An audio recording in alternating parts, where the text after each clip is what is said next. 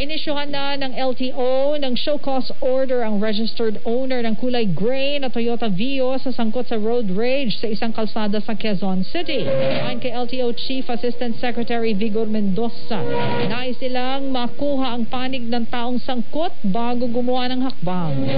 Dalawaan niya nakikita nilang paglabag, kabilang ang obstruction of traffic at improper person to operate a motor vehicle na may katapat na parusang kanselasyon ng driver's license. Nananawagan ng LTO sa registered owner ng sasakyan na makipagtulungan sa investigasyon. Kung hindi, mapipilitan umano ang LTO na magdesisyon sa kaso kasabay ng ebidensyang kanilang hawak. Sa January 17, siya nakaschedule na humarap sa LTO.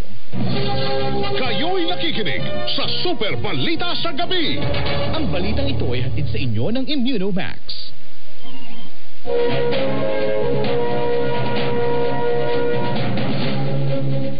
28 minuto makalipas ang alas 10, balikan po natin ang mga headlines.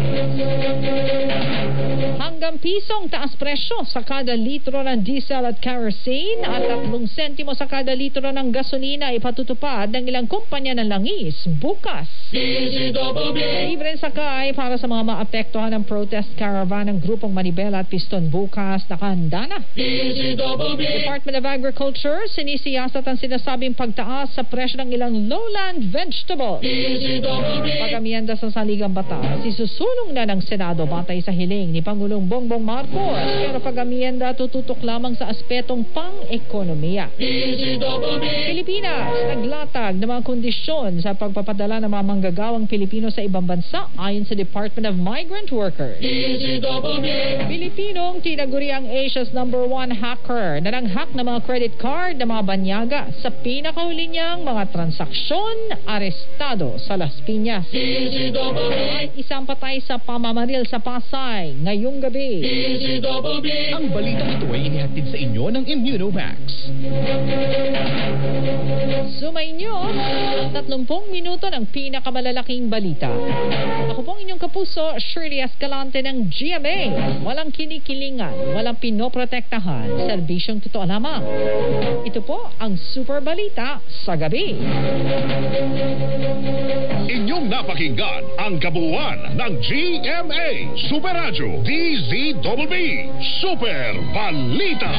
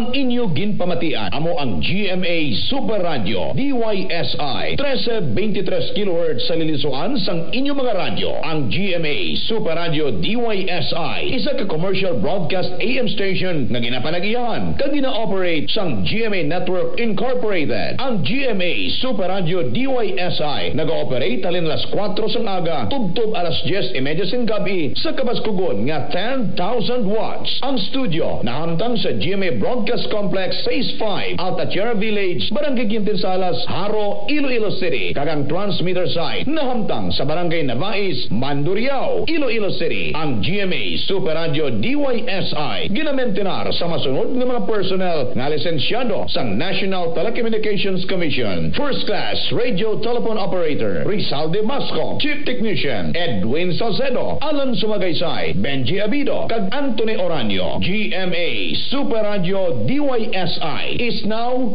signing off. Ladies and gentlemen, the Philippine National Anthem. Kayang magiliw, perlas ng silangan.